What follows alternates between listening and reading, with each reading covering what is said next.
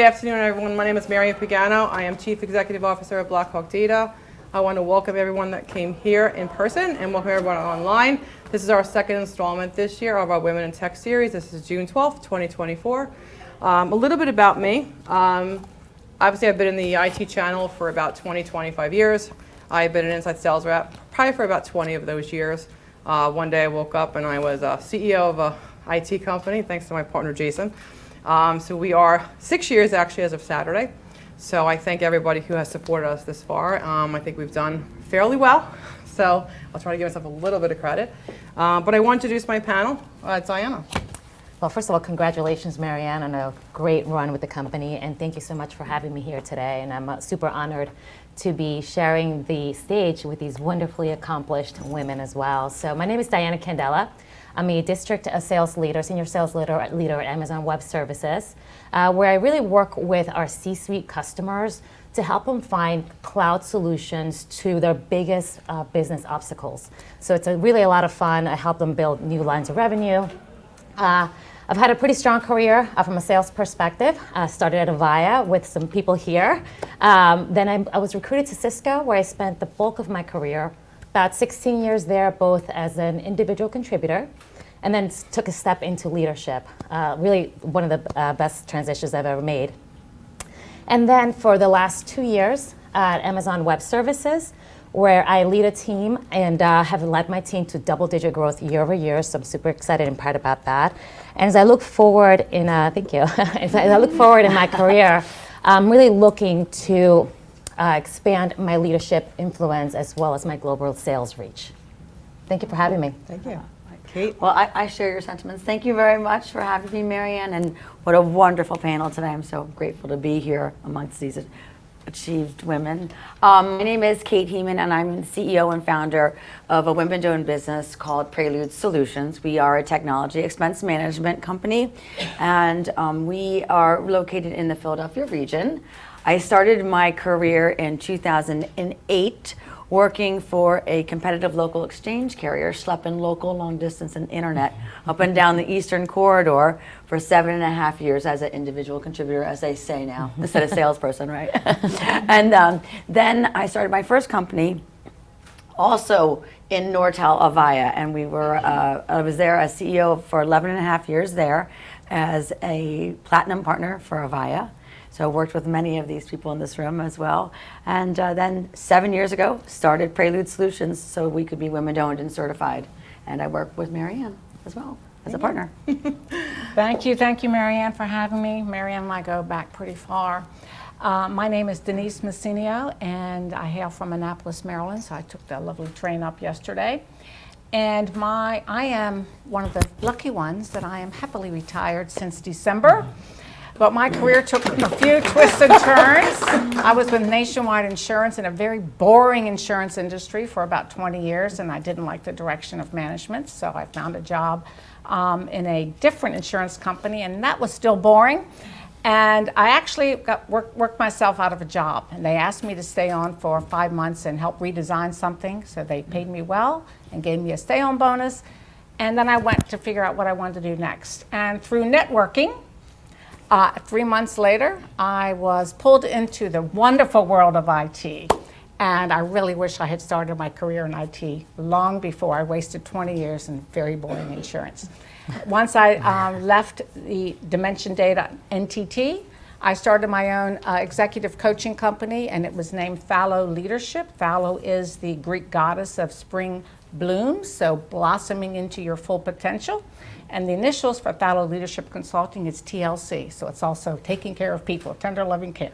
And here I am. My future goal is to break 100 on the golf course. So thank you guys again for joining me. I appreciate you giving up some of your busy schedules. You know, you had mentioned the word networking, right? So I just recently came back from CRN's leadership team on the West Coast, my first trip to the West Coast. And we talked a lot about networking, and I think one of the things I did, and it's the first time I've been on a large stage like that, you know, we talked about networking, and I talked about how important it was to have a network around you because, you know, keep in mind, when you have a job, then you quit a job, then you literally have a cell phone, nothing more. right? You don't know what to do with yourself, right? So what I told everybody was basically your network, right? At that point, you need to reach out to your network, people that know you from when you were, whoever you were, right? And I think that's kind of what happened, right? Jason's like, well, you know a person or two. And I was like, well, maybe, you know? So basically all I did was just go through my cell phone and just call one person after another. Denise, you were probably one of those calls in the beginning, is just calling people and saying, hey, this is what I'm trying to do, you know, grabbing advice from people. So I tell people that it's such an important thing to have a network and a strong team around you, because you never really know. Like, I didn't build a network on the pretense that I would be a CEO one day and need that network to help me and pay it forward. I built the network out of just authenticity and just being me and being a hard worker, and the network has paid me back, right? And I think that's super important for people to know, and why it's important to leave your house, go to the office, meet people, interact, you know, touch someone, say hello, you know, so it's kind of really important. I think people miss that. I think it's, you know, it's been a couple of years of that, but I think without that network, I'm not sure what would happen, so that's the kind of pay it forward for me. So let's talk a little bit about networking and advice we have for people out there. You know, it's, may I? Yes. It's interesting that you say that, because this past weekend I just happened to be with one of a college student that I mentor, and she just got her first internship, and I remember those days, and she actually really likes the company that she works for, she's interning for, and she potentially wants to get a job there after she graduates. And I told her how important it was to make sure that she built her network, leverage the time that she's there to get to know as much as she can about the people and the company. She said to me, she's like, that's great, Diana. She's like, but I don't know what to do. Like, I get very nervous when I'm around people. I said, here are the 3 things that you need to do. First, make sure that you know what your introduction is, right? Create that power pitch. What does that mean? Who are you? What do you do? What do you want to do? And make sure you practice it in front of the mirror. Make sure it comes off natural, so that when you see somebody, you can tell them exactly who you are, what you do, and what you want to do. Second, it's make sure that you're asking questions about what that person does, you know, how did they get to their career, and maybe if you're in a place like the bathroom and you really can't have that long discussion, you ask for 15 minutes, and I guarantee you, okay, 99% of the people will do it. There's always that 1% that we don't know why they won't do it, but there's always 99% of the people will say absolutely. And when you get that meeting, make sure that you're fully prepared.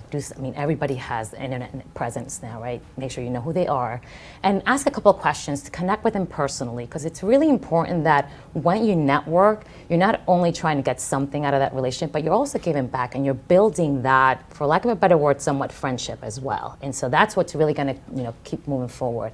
And then the third thing that I always tell people they have to do is, when you meet with people, ask them, hey, is there anyone else that you think I should meet with?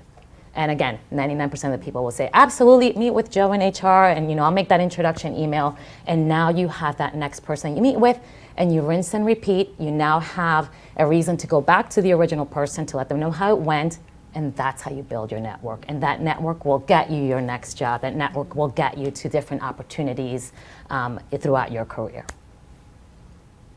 You know, well, Maryann, we met through my very first networking group that I started in 2008. When I first got into technology sales, I had a mentor that said, you have to build your own network.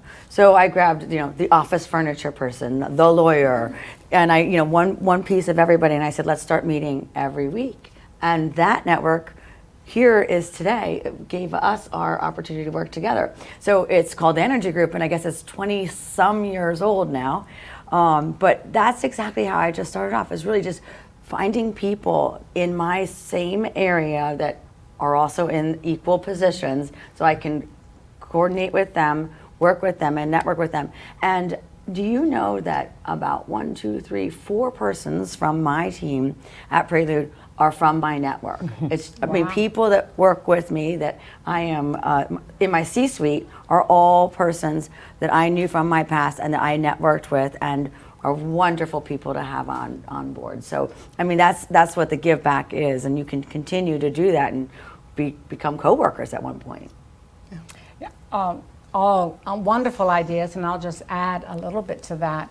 As a member of the only female on the executive team for many years, find a sponsor within your organization. Who is that person that you can rely on, that when there is a discussion behind closed doors about opportunities, and it does happen at the executive level, names come up, who is that person that's going to make sure that your name comes up? And I'm not talking about your direct manager or leader. I'm talking about that other person in the business that you can rely on that's going to make sure that the executive that's having those conversations knows who you are and what you bring to the table. And again, it's outside of your immediate chain of command, because that will help you, if you want to stay within that organization, to get noticed. Maybe it's just you'll get put on a special project so that people can see what other skills you have. So that's one thing that I would recommend, and attend events. I know it's hard with families and you want to be with your family, but you have to see and be seen and attend events. And I think we're going to talk a little bit about later on, maybe about how to, if you're really shy or the introvert, how can you attend events and make it work for you?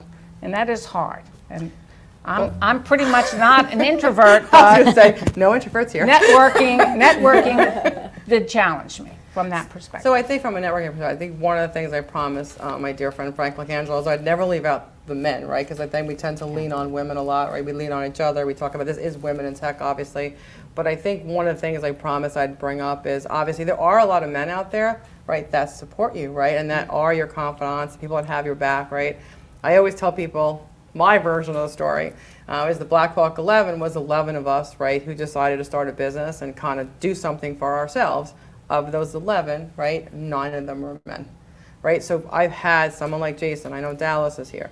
You know, those guys have been around me forever, right? When I needed advice, you know, Brian Lazzaro's back there, right? Mark McClure, when you need a credit line and you have no money and literally no credit, and you need $5 million, who's just going to throw that at you, right? So you have to lean on your network, and I think, listen, there are a lot of good men out there who support you, right? I didn't have a direct boss male that supported me, but I've had friends who've been there for me the whole time. Can I just say one thing real quick? Yeah. Congratulations to all the men who are here Yes, in Women in yes, Technology. right. For those of you out there, this is a room full of men and some Yes. women. So Yeah, thank that's you true. very much. That is so true.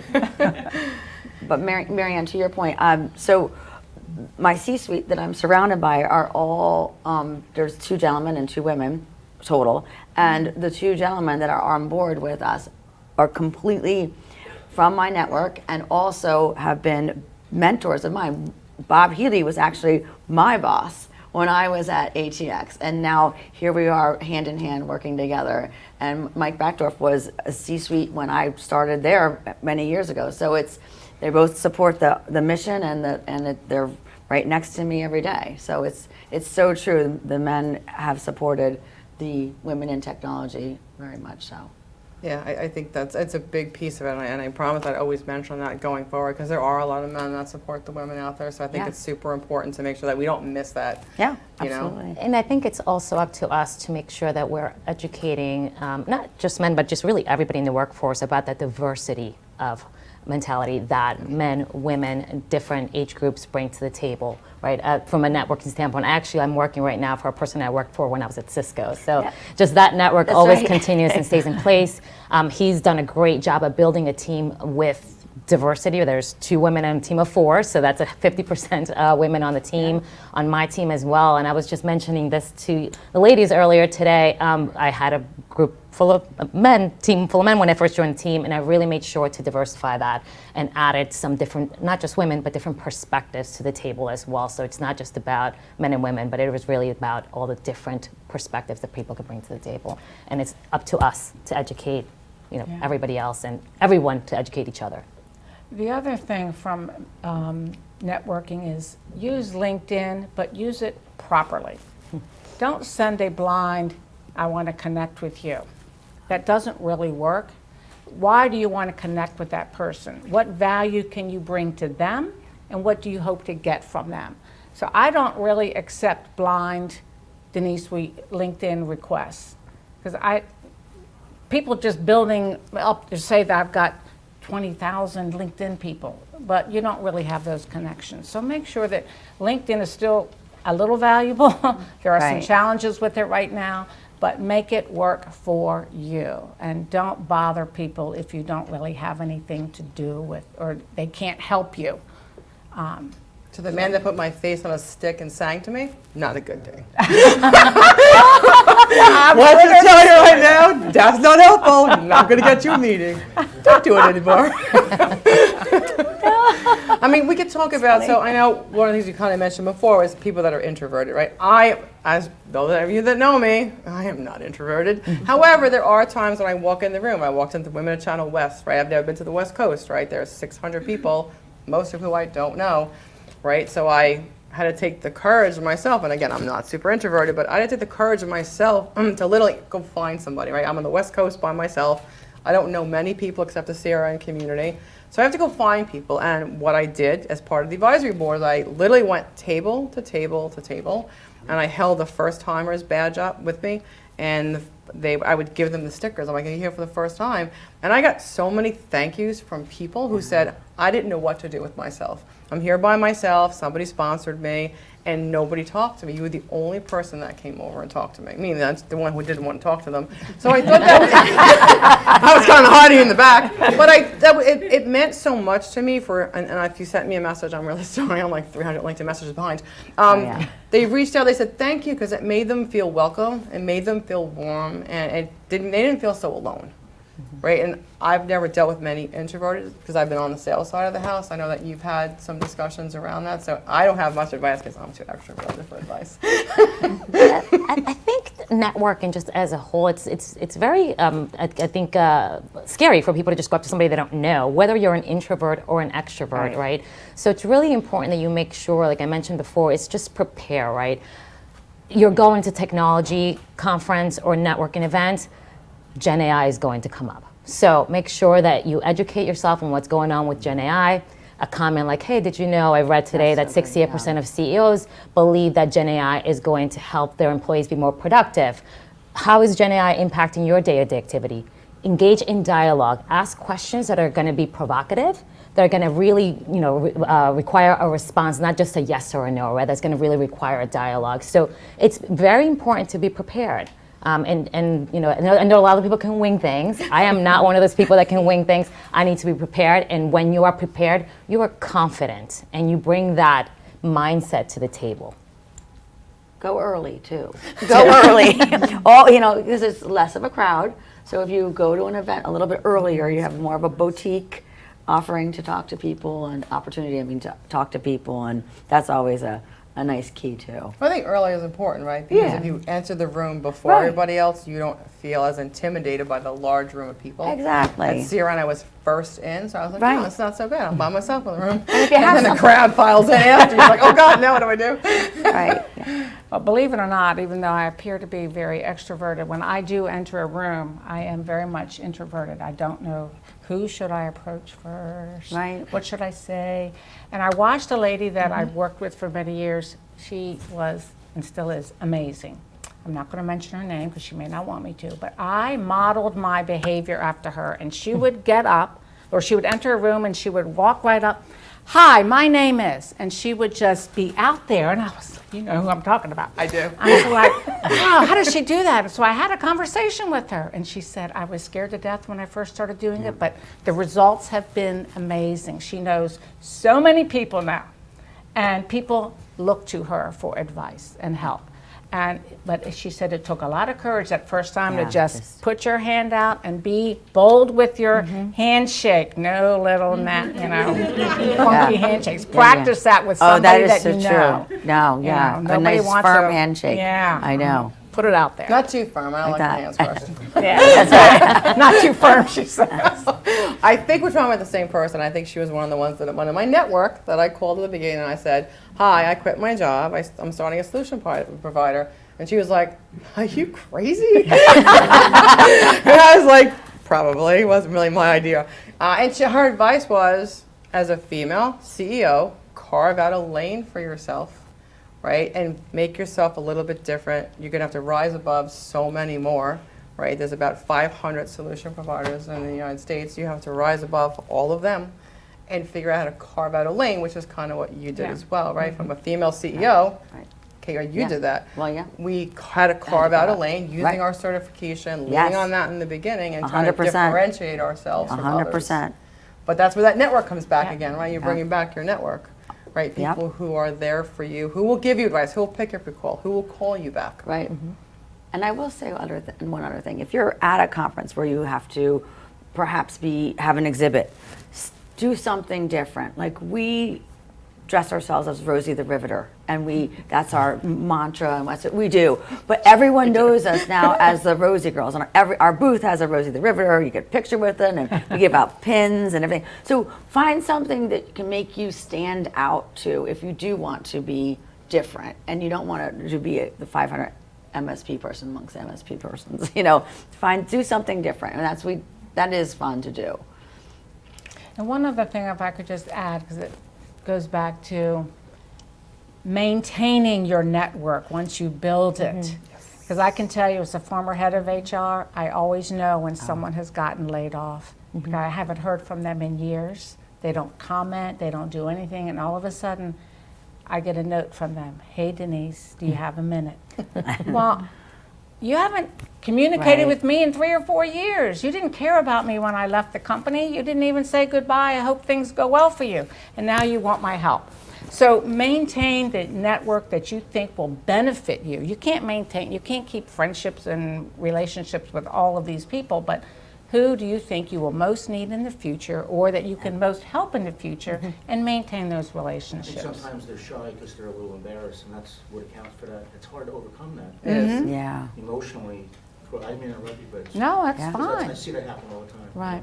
Oh And, yeah. and that's important, right? Because for me, right, just calling people out of the blue, who I may have not spoken to in a year or so, but you're not always calling for something and want something, right? I think you had said that before, Diana, where you don't always call someone to want something, right? Right. And a lot of times I don't call, a lot of times I do call, but a lot of times I don't call and ask for something. I'm Right. not looking for something. I'm maybe looking for advice or guidance, and I'll always do that in reverse. So if somebody calls for something, I'll always return a call in reverse. Technically, Diana, we haven't spoken in a while. Yeah. I called you and said, hey, would you speak with me? Exactly. And when you asked me to do this, I said to myself, I'll do anything for Maryann, because when we had our interaction, we worked together when I was at Cisco, you did everything you said you were going to do, and you made me feel really great working with you, and so that stayed with me. And so you could have called me 20 years from now, and I would still do what when you're asking me to do. And that's a part of that network, and that it's not just, hey, what can this person do for me, but it's what can we do for each other, and frankly, can I maintain that amicable friendship? Like, would I have dinner with Maryann? Absolutely, right? And so that's where I really invest a lot more of that time into that network, which borderlines friendship, in my opinion. It does. That was actually one of the next questions. It does borderline. Denise, you and I worked together for quite a long time. I was not always your favorite person. She was HR at the time. You were always my favorite. Didn't make it into my book, though. So Goody, the phone that I threw, did not make it into her book. Don't throw phones at people. It's really not a good idea. It's way 1990s. So we'll talk about that, right? So we haven't spoken in a while, and I again called you for advice when I kind of first left. Again, just from a friendship perspective, right? I know back then I wasn't always your favorite. But she always makes me laugh. And that's the beauty of Maryann. Is she's just so fun. So be a fun networker too. Well, you do, and I think Maryann O'Connor had said that at one of our last women's texts, is be a fun networker, right? Because it's a balance between business and personal. There is a balance. Yes. Right? Because yes, we're all work friends, but we would get together, right? We would have dinner. We've had dinner. Had dinner. Right? We would all have dinner with each other. I think that's really important, because that's the balance, and that's striking out between friendship and business, because you spend most of your time with the people that you work with. And to be able to continue that on, basically is important. Trying to take this down here. I think it's also important to remember that you had a small network when you first started, Yes. right? And so to me now, I feel like most of my networking interactions are helping people are really just Yeah. giving back, because there are many people in this audience actually that really invested time into my career, and I really appreciate all of you for being here and for doing that for me. But now I feel like I need to give that back to others that may need that certain advice. Well, I think that's important too, right? One of the reasons we do the Women in Tech, one of the reasons why we do the things is to pay it forward, right? My network Yes. paid it forward to me when I needed them the most, and they continue to. But it's my turn to pay it forward to others and continue to do that. Right? That's why I flew to the West Coast. That's why we do these, right? It's important to continue to pay it forward, because I think I always tell everybody that I am not your most eloquent speaker. I am not one of your most, I don't choose my words. Literally, whatever comes out of my mouth comes out of my mouth. I can't promise you what's going to happen next. But that's because I'm just me, right? I'm just real, I'm me. And I think that it resonates with people a little bit better. I used to rehearse my speeches and write them down. I just fumble through it. Now it's just like whatever happens, happens. So I think that's actually really important, because that makes you genuine. And I think that's what people draw on. So that genuineness helps you build your network, because you're not fake, right? You're as real as you get, like it or not, when I threw the phone, I'm like, oh, lie. So we're going to go a couple quick questions. So obviously we joke about that. Yeah. Yes, I didn't make the book, so thank you for that. Thank you for not even remembering. I did. You She just reminded reminded her me of that twice. incident today. I'm like, oh, wow. Now I need to do a sequel. So obviously career coaching, right, guidance and stuff like that. Give me some ideas on what you tell people, what they come to you with, or what good advice you can give people in terms of, building their careers, whether it's early career, whether it's late career. Well, one of the things that I focus on when I'm working with individuals is emotional intelligence. And do you respond to things or do you react to things? Because people don't want to work with people who are constantly reacting to situations. They want to work with people who, oh, there's an issue. How can we solve this issue in a calm, intelligent way? There are quite a few folks that are actually in my repertoire that I don't even want to be in the same room with them, because if there's something going wrong, I can't rely on them to help find a solution. So I would say that for me, it's all around your EQ. And it's still the most read article in HBR is anything around emotional intelligence. And my fear is going forward is that people are so into their devices that I know I'm in an IT room, but they're losing the ability to have those really good, deep conversations and the ability to solve problems. They don't know how to talk to each other or with each other. So that's one of the things I would say is, are you responding or are you reacting with the individuals that you're interacting with? I think interacting is important, right? Because again, from the younger generation, right, we didn't have that ability to do that. We actually interacted. We were in the office 5 days a week, right? Oh, yeah. So I think it was easier to build your network when you were with each other, Yeah. right? You've got to really kind of go out of your way if you're not around people as much to really kind of build your network. Yeah. I was thinking about what would I tell my younger self now to do differently, or to at least look at differently. And in my career, I would say embrace challenges, embrace the difficult things, lean in to those things that may seem difficult at the time or scary, right? Like sitting on a panel, right? Do it, because it takes you, it allows you to look at have a different mindset and look at things from a different perspective. Super quick story, 2008, I was flying high, was top 10 percentile of the world at Cisco, was in the top of the stack rank. 2008, I also covered hedge funds. And I don't know if you guys remember Bernie Madoff. All of my clients. all of our clients, right? All of our clients started dropping like flies. My pipeline immediately went away, and I went from the highest ranking account manager to the lowest, and I was in the pits. And I just didn't want to come to work, and I was just so disappointed, and it was difficult. My boss, who I'm working for now, said to me, "You need to look at a different perspective, and you need to look this as an opportunity to do things differently, because the fax machine is not going anymore, and so you're not reacting to things. You need to create the opportunities." And he said, "If you don't do that, I'm going to fire you," which he totally would have, but he didn't, because I did. I turned myself around. I looked at the opportunity. I leaned into my network to understand. Okay, so now hedge funds are no longer, but at least the ones that are there still need solutions. And what are those? and let's package those solutions. And I turned the business around. I didn't make my number. It was still the worst year in my career from a attainment perspective, but it is a year that I grew the most. And from then on, I really learned to, if something looked hard or difficult, or I was afraid to do it, I'm going to go dive in head first and look at it from a different mindset and a different perspective. So don't shy away from the things that are scary today, because they're going to make you a stronger, whatever industry you're in, and a stronger person, to be honest.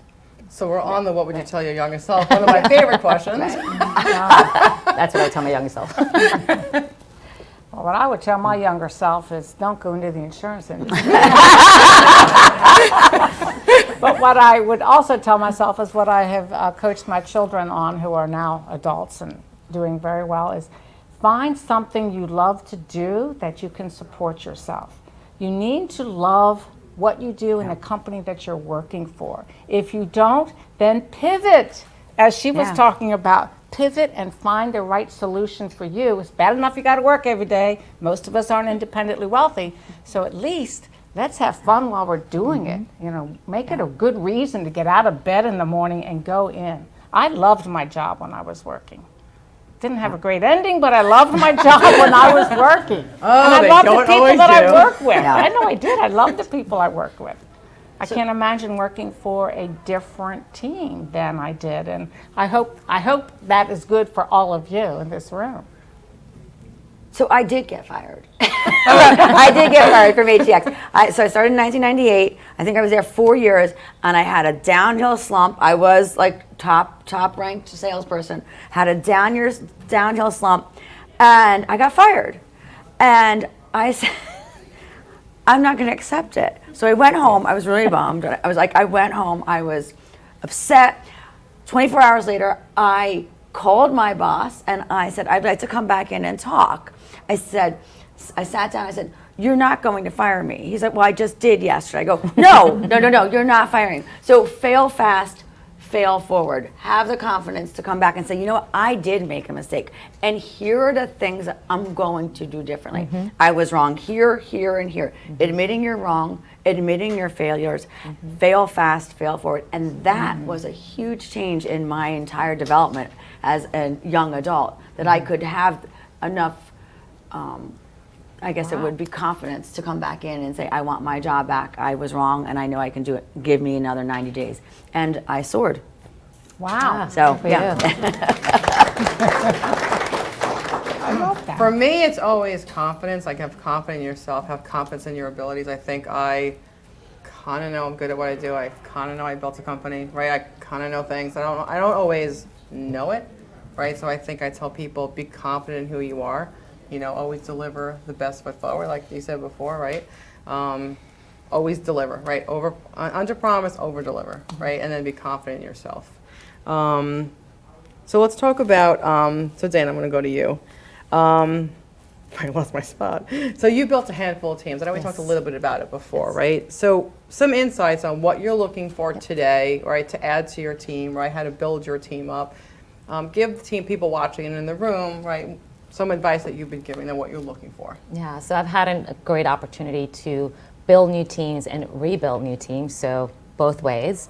And aside from the obvious, right, if you're in, I'm a sales manager, so I'm looking for salespeople, but from a salespeople perspective, executive presence is a given, right? Being smart and knowing your craft is a given. Emotional intelligence should be a given, but I use that as a table stake, right? But on top of that, I look for 3 additional things. One is somebody that has a strong growth mindset, right? I have somebody on my team, when I met with him and we had a one-on-one, I said, what do you want to do in your career? He said, I want to be the CEO of a company. Okay, that's great. Let's put a plan in place to do that. And we've had one-on-ones, and every time we have one, I give him the feedback, and I've seen him in the last 2 years incorporate that into his everyday, and he is going to be a CEO of his company one day. Second is somebody that has strong collaboration capabilities. Coming in to make sure, nobody wants, I don't believe in lone wolves, right? Terrell Owens, right? You don't want that person on your team. You want the person that embraces the team and wants to collaborate in order for them to have all the different perspectives to help their customers. And somebody that has strong integrity, right? And that should have been number one, somebody that has strong integrity to make sure that they're doing the right thing all the time, not only for themselves, for the company and for the customers. And what I've seen with those three qualities is that they really lean in and allow people to embrace one of my 5 leadership principles, which is I lead with supportive autonomy for my team.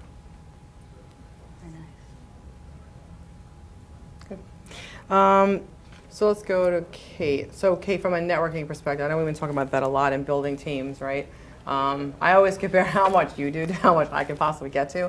And you guys get to a lot of events, right? You guys do a lot of shows. You're with a lot of people. We do. Right? From a social media perspective, between you and Tracy and me, I think, we're kind of up there when it comes to posting on social. Yep. Give advice to how you started. How do you find some of the things that you're working with today, the associations? Right. No, good question. And it's quality over quantity, which is, you have to learn that, and sometimes you learn it the hard way. Sometimes you'll join an association that is a stepping stone to another one. So when I first started Prelude, I found some smaller associations where we can make an impact because we were working with smaller customers.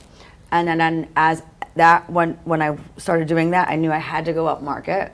So it would be lifting up to the next type of association. So we do now pick and choose the types of associations we want to be a part of. And we have a strong one in the Philadelphia Chamber of Commerce. But that, we strengthened that because we went to the right events. We went to the mid-market events. We went to the enterprise events. WeBank has, WeBank East, which is where we're part of, has some networking events that we're always part of. And that consistency of always being and showing up has led us to a larger presence within the national network of WeBank, which is a women-owned certification. And that's really what it is all about for us.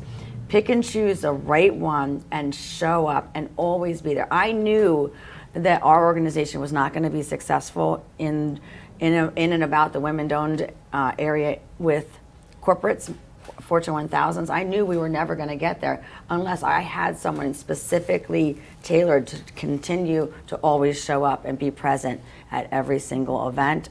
And with COVID, we were lucky because everything went virtual. So when they would have their national events and they would be down in Texas or in California, we showed up virtually. So now they know us across the whole United States, and that was a blessing for us instead of having to fly all over the place. So it really is quality over quantity. I think it's consistency. That was a really important thing. Consistency. My teenagers would say it all the time. Consistency, Yeah. right? If you show up at the same events, right? We do a lot of New York City state and local government. Yep. If you show up at the same shows, you'll see the same people. You'll meet the same people, Yep. right? So it's a consistency. You'll start to know who you are. They'll start to return your calls because they're, oh God, I'm going to see her at another show. Right, exactly, right. Right, so I think consistency is really important to what we do, right? Because it's a same, you're reaching out to, again, that goes back to the network. It's the same Right. people you see over and over again. And Absolutely. then you're always in front of them, and I think that's such a huge bonus. And picking the ones that are right. That's Because exactly there's so it. many out there. There So are, it's really there are. hard to pick just the right ones. Yep. But I think from a WeBank perspective, you guys have done a good job on WeBank. Us, not so much. We kind of struggle in that space, but we're trying to kind of get back into it. I'm going to do that tomorrow. Yeah. Because I ran to them at WPO and they invited me to speak tomorrow, so I'm super excited. That's wonderful, yeah. So I'm finally getting engaged with them. Any specific moments in your careers that stand out? Obviously, I have silly ones that nobody remembers. But obviously, mine is obviously quitting a job and starting a business. Any specific moments, Denise, in your career that kind of stand out for you? Well, I guess the biggest one is when I was laid off from Zurich Insurance. And in May, they told me that they were doing away with my job. I was the operations person for the East Coast. And then they said, but we need you to redesign the entire training curriculum because this was a commercial insurance provider, so think about tractor trailer insurance and cargos and stuff like that, because we want to reduce costs, so we're going to stop hiring college grads and we're going to hire people straight out of high school and teach them insurance contracts and liability and all of this. So they wanted me and this other young man to redesign the entire training program that would speak to these high school grads who couldn't even spell the word insurance. So they said, so that job will take you till December. So we'll pay you, and then we'll give you a stay-on bonus and all this stuff. So I did all that. And the funniest thing was, is this other young man and I, on the last night, we were still there at 9:30 finishing up while everybody else was at our going away party. But I left there not knowing what I was going to do. I've been in insurance for 20-some years. And a gal that I did my master's program with, she kept bugging me. She worked for a company called TimeBridge Technologies, which was then bought by Didata, which was then NTT. And she said, when TimeBridge sells, I'm leaving. I need somebody to come and take this job. And I said, I don't know anything about HR. Yes, you do. So I had to pivot because I was the operations person. So I did know about HR and hiring people, but I didn't think I knew anything about HR. And I waited and waited because I said, no, something else will come up, something else will come up. And if I had started with her 2 weeks before I did, the stock that they offered me would have split, and I would have made a lot more money when they sold. So the moral of the story is take that opportunity when it comes and don't hesitate.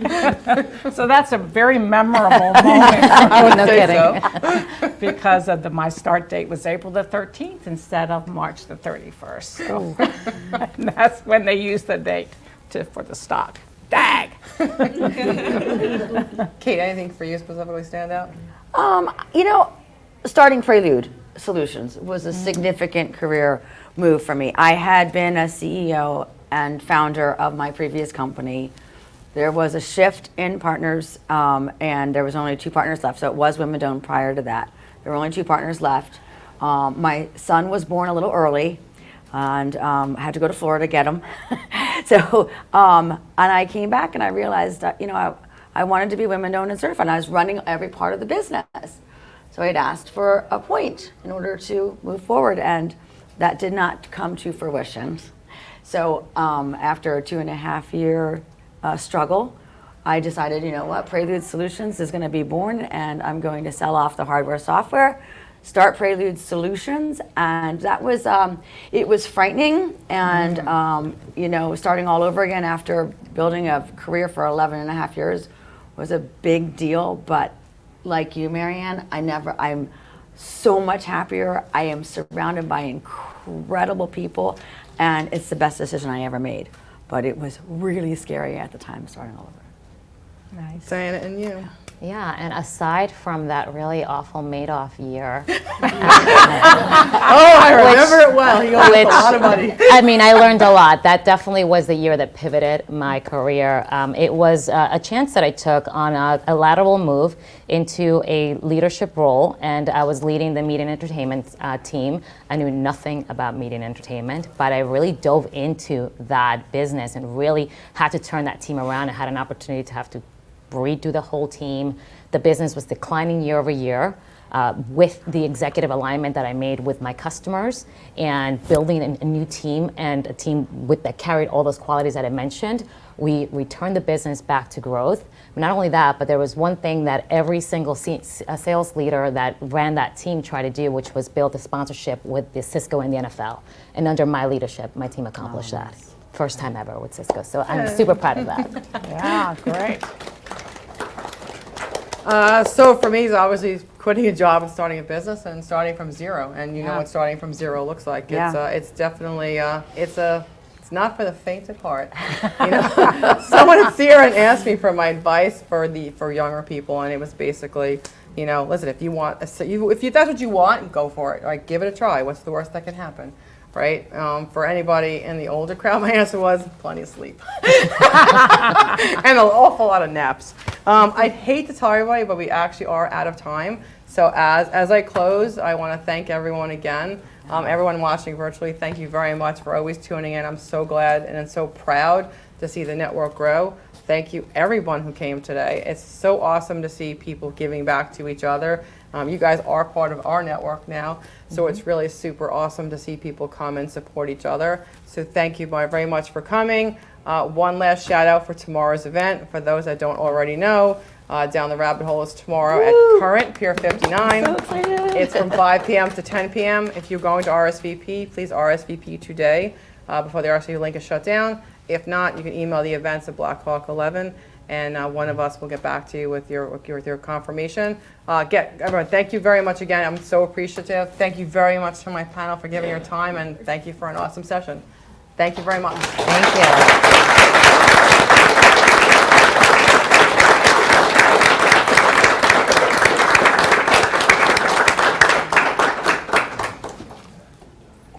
Thank you very much, everyone. I was like, hello.